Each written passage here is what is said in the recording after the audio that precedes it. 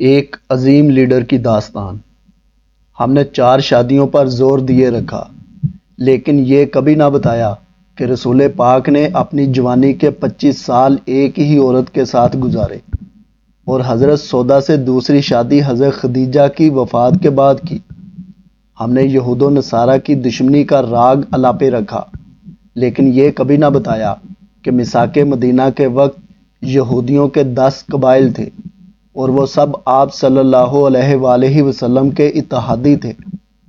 France نے گستاخی کی تو ہم نے اپنے ہی ملک میں آگ لگا دی، لیکن یہ کبھی نہ بتایا کہ آپ صلی اللہ علیہ وآلہ وسلم نے دشمنان اسلام کو معاشی طور پر کمزور کر کے اپنی دھاک بٹھائی۔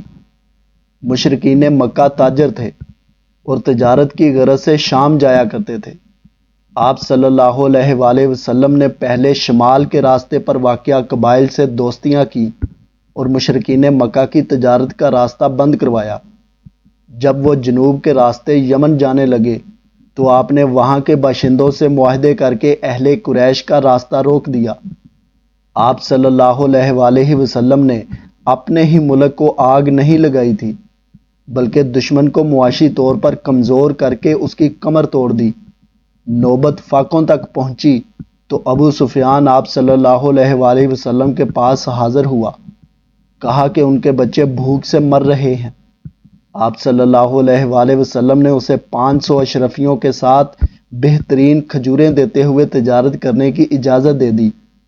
یعنی اہل قریش دشمن بن کر آئے تو آپ نے ان کی کمر توڑ دی، لیکن وہی دشمن بطور انسان رحم کی بھیک مانگنے آئے تو آپ نے ان کی مدد کی۔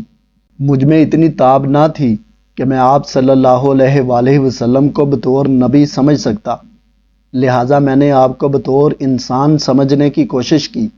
میں نے جانا آپ ایک عظیم مدبر تھے۔ آپ نے اپنی تدبیر سے صلح حدیبیہ جیسے معاہدے کیے جو بظاہر مسلمانوں کو کمزور کرنے والے تھے، لیکن وہی معاہدے آپ کے لیے فتح مکہ کا باعث بنے۔ آپ نے دشمنوں کی جاسوسی کے لیے حضرت ابو ہریرہ کی ڈیوٹی لگائی تاکہ دشمنان کے ارادے جان سکیں۔ آپ ایک عظیم سفارتکار تھے۔ آپ نے اپنے دشمن کے دوستوں سے دوستیاں کی تاکہ ان کا اثر کم ہو سکے۔ مدینہ کے شمال میں خیبر اور جنوب میں مکہ تھا، اور ان دونوں شہروں کے باشندے مسلم مخالف تھے۔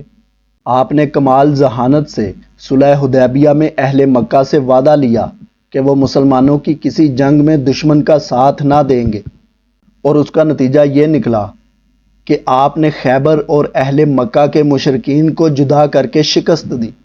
آپ ایک کمال سپہ سالار تھے۔ مدینہ شہر کے تینوں اطراف پہاڑ تھے، اور واحد زمینی راستہ پر آپ نے خندق کھود کر مدینہ کو آنچ نہ آنے دی۔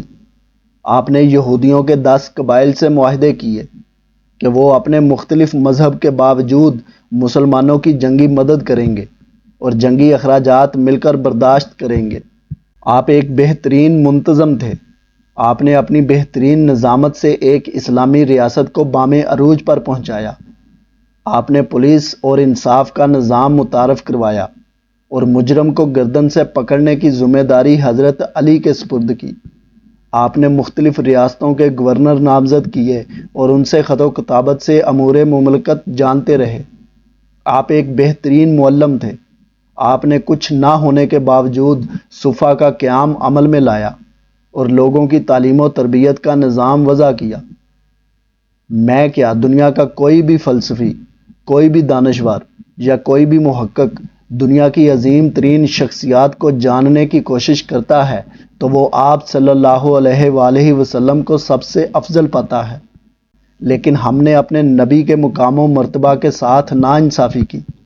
ہم ساری زندگی چاند کو توڑنے اور واقعہ معراج جیسے معجزات بیان کرتے رہے، لیکن بطور بشر آپ کے کمالات کو کبھی بیان کرنے کی کوشش ہی نہیں کی، بالکل ایسے جیسے امام حسین کے واقعہ کربلا کے علاوہ کسی کو امام کی ذات کے بارے میں کچھ معلوم ہی نہیں۔ آپ صلی اللہ علیہ وآلہ وسلم بطور نبی معجزات سے نہیں بلکہ بطور بشر تنے تنہا ایک ایسی ریاست کا قیام عمل میں لائے جسے دیکھ کر کیسر و کسریٰ اور فارس کے محلات بھی انگشت بدندان ہو گئے۔ پھر وہ وقت آن پہنچا جب دنیا کا عظیم ترین انسان میدان عرفات میں لاکھوں کے جھرمٹ میں یہ اعلان کر رہا تھا، الیوم اکملت لکم دینکم، آج کے دن دین مکمل ہو گیا۔ گویا وہ بشری معراج پر پہنچ چکے تھے، اور اس کے بعد یہ سلسلہ قیامت تک کے لیے بند کر دیا گیا۔ دنیا کے عظیم ترین لیڈر، عظیم ترین سیاستدان، عظیم ترین سفارتکار، عظیم ترین سپہ سالار اور عظیم ترین معلم پر لاکھوں کروڑوں سلام، صلی اللہ علیہ وآلہ وسلم۔